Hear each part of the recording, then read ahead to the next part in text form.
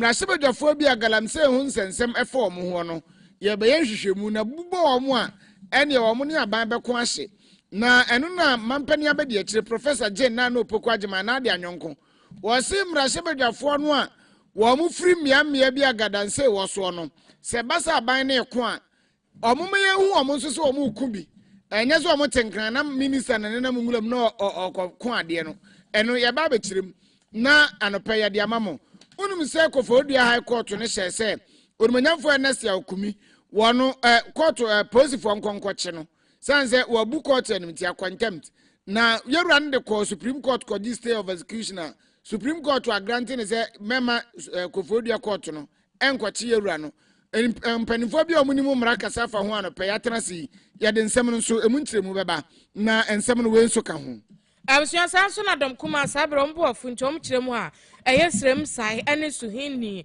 boy aba omudi ne nya de ombetena se no madi atuma no nsem ye hwese be kiremu de apim so Abusua ne ensem ni nie na se Peter Tenna no ne nsa no adwuma ade a wontimi nya ne so obedane oba ba ma no adane ba ma oba wono no sofo tachi adama no pe ko Facebook no so aye wo ho ene time FM Obuasi Time FM Obuasi YouTube nso ya Time FM 969 Time FM 969 akinkan for no pembati enka ne ye me esrifidi share ofori nana kwame mafo me ne mpoma abena aje komwa nadia afi yantu Obuasi na yenhye nsem na semfama mo na ayade se wonmanyamfo Ernest Akumi wono ya kwati amra hyebedwane ye to abawie ye abato empesu ahodo bi amanso ba so no na no ka ho akwatia ene abato komisa ne dana wo wie ye no ano odikira aba no police station wona na se collation center wono na nya Ernest Akumi na adi munkunim se na ebi course Obuasi isi na pepepe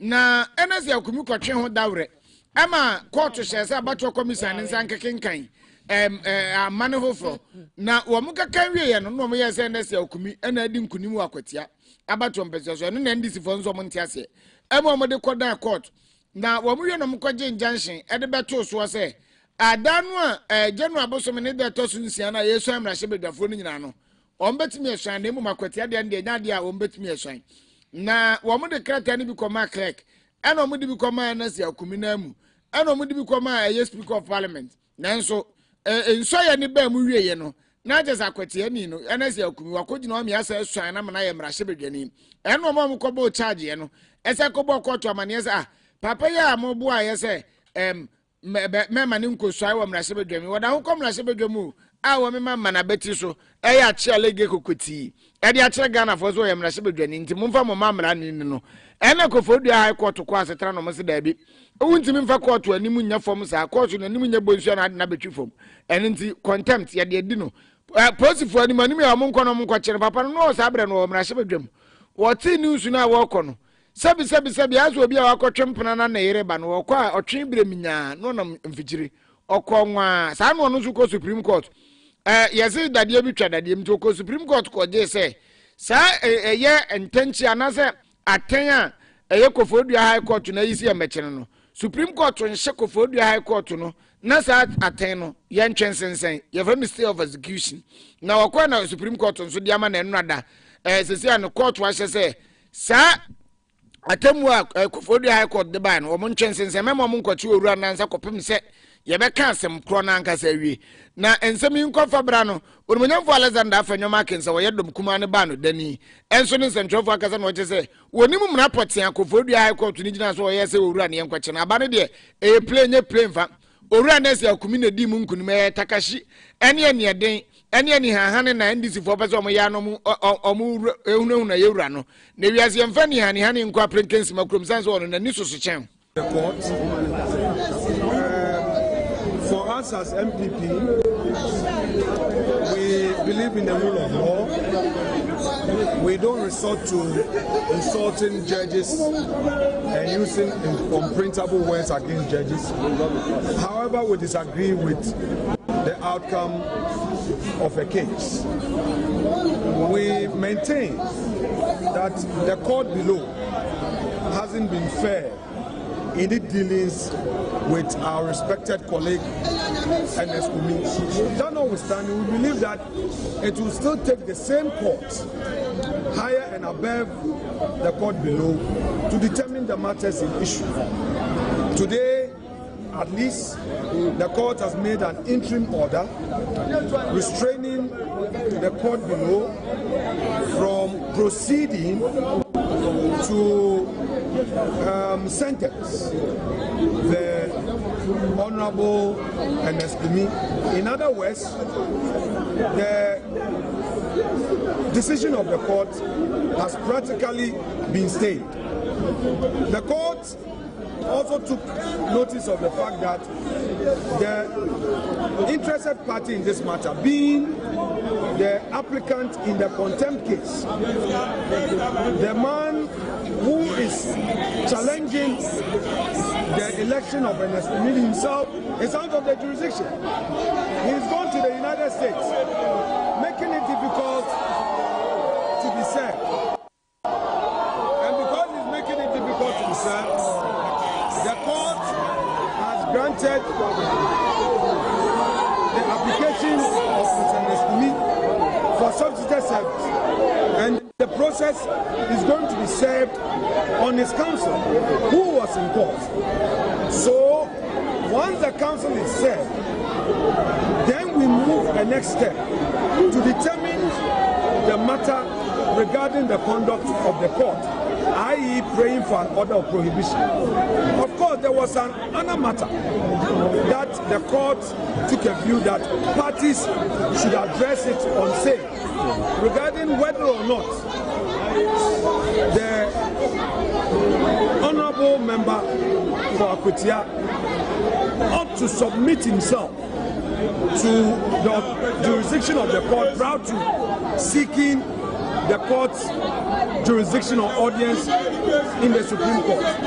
Well, counsel for Ernestimi argued among others that the court is always a court of record.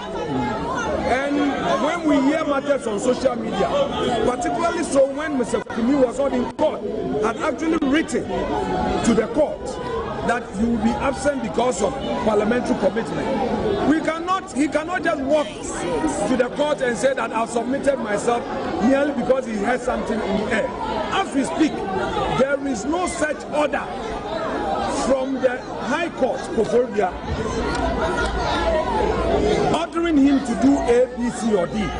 In fact, the Speaker's Secretariat has not even been served with any process, which process would even invite Speaker to release the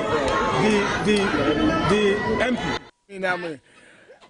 Abusua eni ati yen eye onwonyam for Alexander Afenyo Kwame Namakins ena na se Peter de o ha dwene ma na de meje wo no wo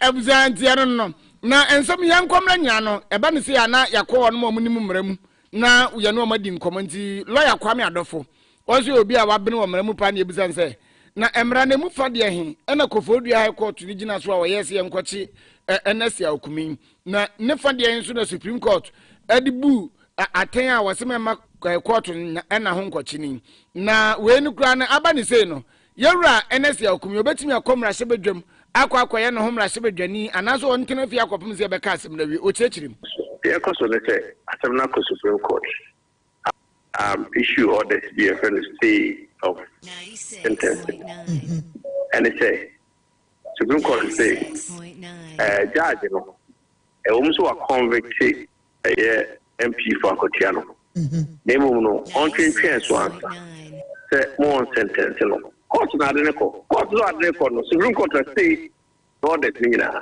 even though no lawyer interpretation and as an entire no and on the mind about with the practicality of it in the day bench warrant the say but you never black court court now what the no judge the penny for say when it have what to the so on your conversation there's no utility who got an idea lawyer no interpretation no technically no bench warrant no but what you know court na say under the court is so there is a what to the so it's not the practicality of it is say anya dey be check me na me a lawyer no ka chen say ma ɔntwentwɛn so ansa ebi sɛ asɛm no yɛnim deɛ yɛbɛkɔ ɛwɔ Supreme Court sɛ bɛkɔ bonkum anaasɛ bɛkɔ nifa ɛsɛ wokɔ so sɛ wokɔ so ayɛ w'adwuma anaasɛ sɛ woyi court nkora ahi sɛ ba no sɛ kɔkɔ sɛ Supreme Court ka sɛ court no ne wodii ne yi a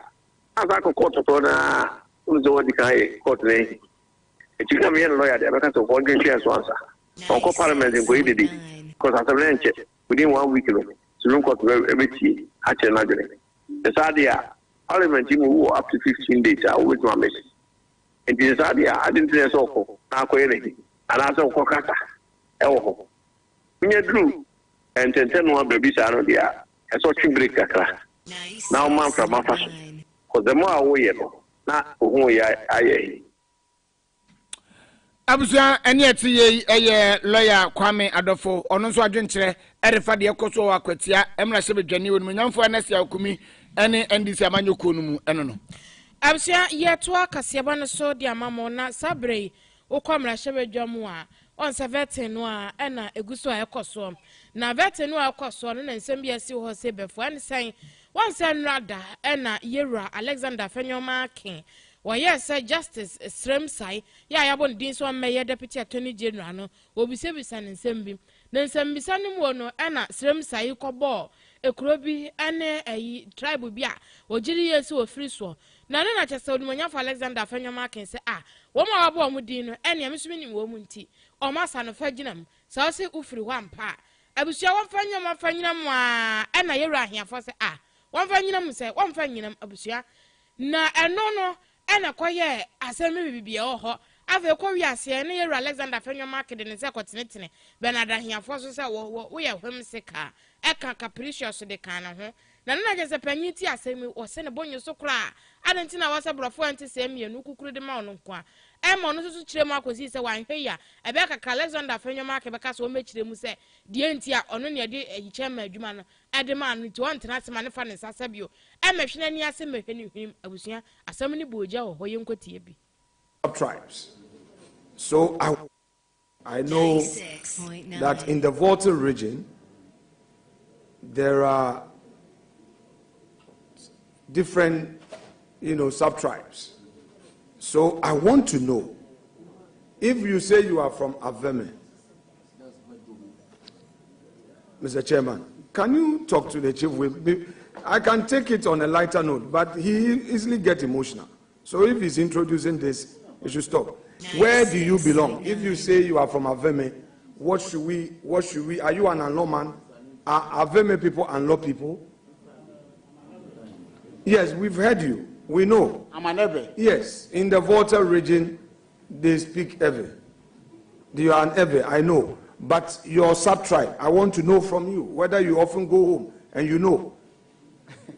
Because I have asked mine and I know. Pardon? So it's your sub-tribe Vedome. That is so. Yes, so say it. How have you gotten yourself immersed into the culture of your people? I have lived among my people for a greater part of my life. I visit my people, and as you can see from behind, my chiefs are here with me. Don't go there. Don't go there. You deal with the issue. They being here is neither here nor there. You deal with the culture. I want to know what exactly you mean by how I immerse myself in the culture. I would be very grateful if you can guide me on that. All right, sure. I will guide you. The Agbaja dance, do you know how to dance it?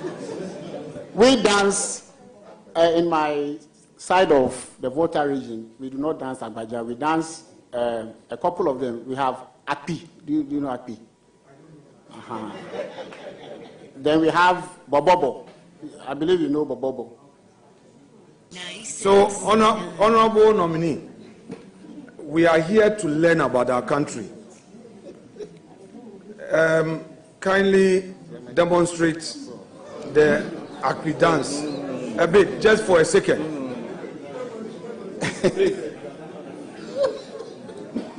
Honorable nominee, the question is overruled. You are not going to demonstrate.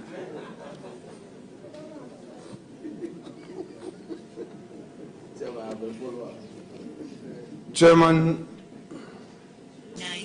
if you decide to be whimsical and capricious, it will not advance the work of this committee.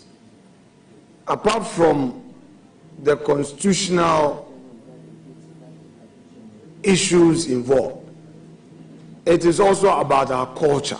We've had nominees speaking their dialect here, and I do not think that if you start by is overruled. The man is talking about a dance that we all don't know until today.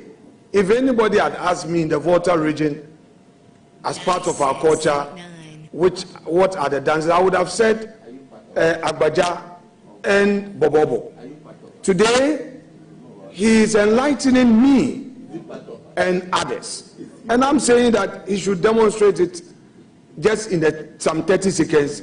And you saying that, you know, you are disallowing the question. Honorable Minority Leader, I take offense from the fact that you are saying I'm being whimsical and capricious. So I will urge upon you to withdraw those words used on me. Chairman, I will not stand by overruling the question that you are not going to demonstrate any dance. You were whimsical and capricious in the way you overruled my question. I will not withdraw. You would not demonstrate any dance. This is not a demonstration for. This is appointment committee. So I insist that you withdraw the word that I'm being whimsical and capricious. Chairman, I will not withdraw. I'm sorry. I will not withdraw. You rudely overruled me. I will not withdraw. I would again ask that you withdraw the word rudely. Chairman, one more time, I will not withdraw. I'm sorry.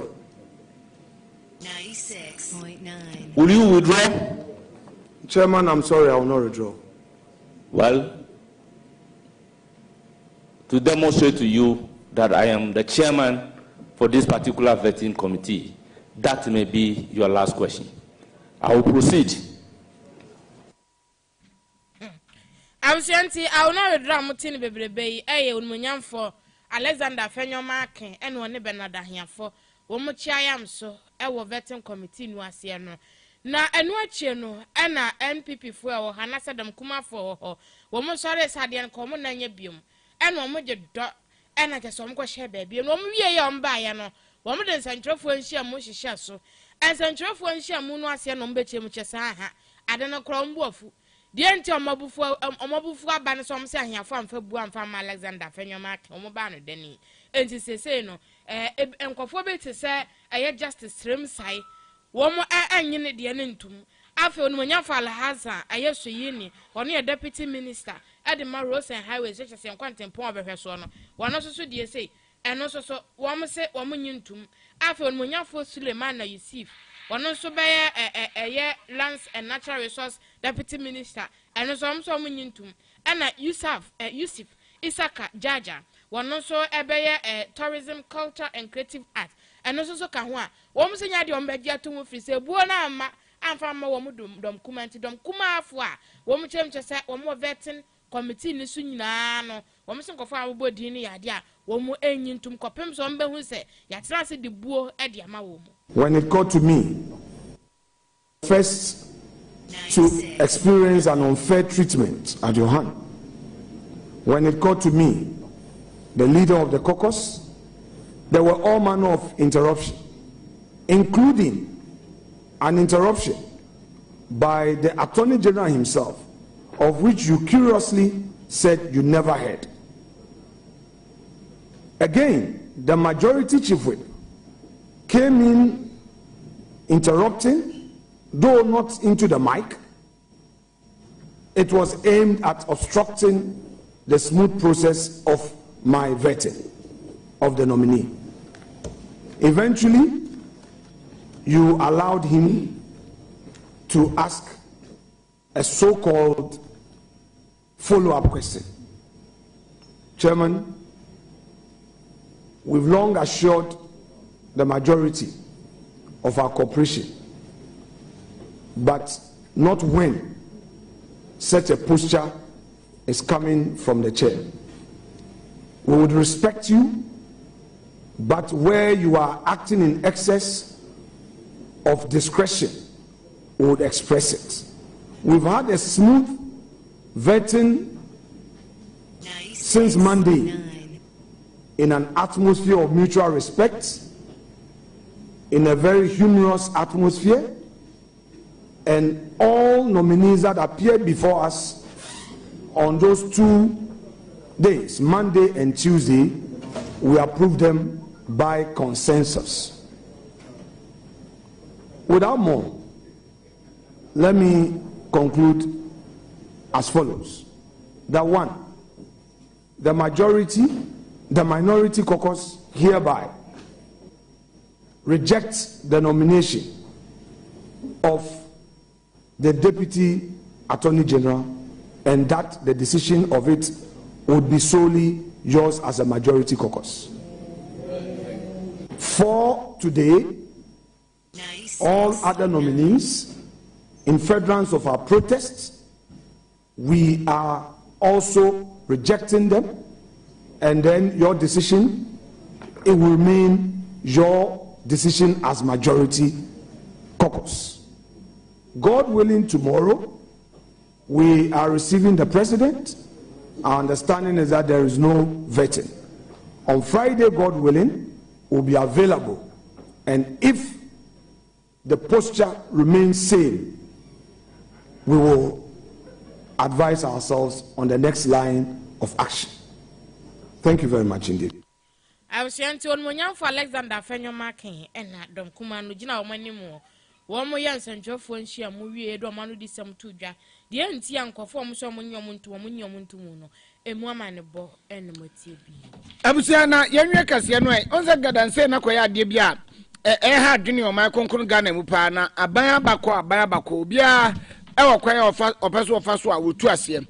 A Bawe Bayan was and I watch you. Obiano awaya djuma ewo kwa ibrentuom ni nsuansu ahon wonyai na wotwem na sonti mansoafo a wona hwe efoma gudie tuo hunsem so wone namwa wo bom aprobo ehwensa asede sene asai ene kwa yebefa so ebetimi amana gina brane na mampani abedi akire professor Jane Nano Poku Agyeman ana de afutu sema kwa mamra sebedwafo a wono mo Ghana titiri ene wono mo a wo mo wo ba bia eye gadanse adwumadie ni bi koso onse mra sebedwani bi wo ha obi ti sa so ase ne mpesu aso ba bia no a ebetu gada amana yeye ba bi ti se bia omomo ayi osuwe utu gada se ho ba bia nyeye na emom ekoba ya ne lemu ha ne de ane obo ahulele ba bia udedem ane oba adanse a Obuasi east and west omutu okofo na ba bia omutu okọ adunkwade ane na bobo na ne utwam ade kosa ayi wasa de ana agensrepe na orunya ayaya maame professor Jane Nano Poku Agyeman say aban ne ye de obetimi bia mansuafo ohwe ye foma gudie to nsem ye bibia obetimi se obetu gadanse na se na ebo mo akwa na aso akwa ya nkonam ewa bra ba bia no odena ni be kire ne ye omra hye badwani a na ho oden anase ne bobre koduru ho emra hye badwafo no so a wo mo ye tu gadanse wo mo sa sudie no mo ye wo mo fo mo hye gadanse ni ko ni bi no mo nya so mo ja bibia bo mansuafo no so no our lands barren are being heavily polluted, rendering our lands barren. This is not only a threatening gesture to our ecosystem, but has also jeopardized the livelihoods of many communities that depend on these natural resources. All three water basin systems in the country are under real threat.